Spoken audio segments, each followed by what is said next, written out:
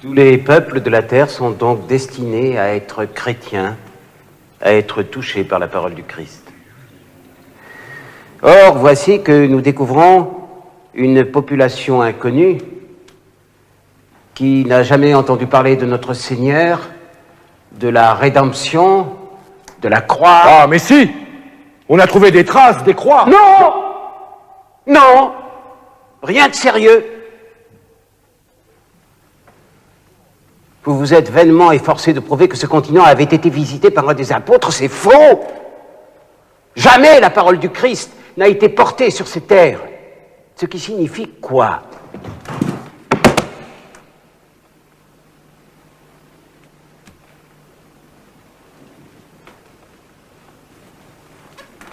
Ce qui signifie qu'il ne s'agit pas de créatures reconnues par Dieu.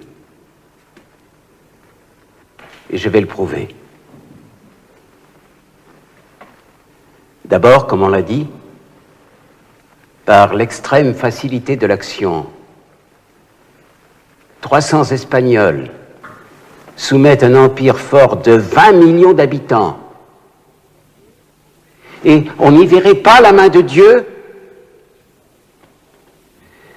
Aucun exploit, dans aucun temps, n'a pu se comparer à cette conquête.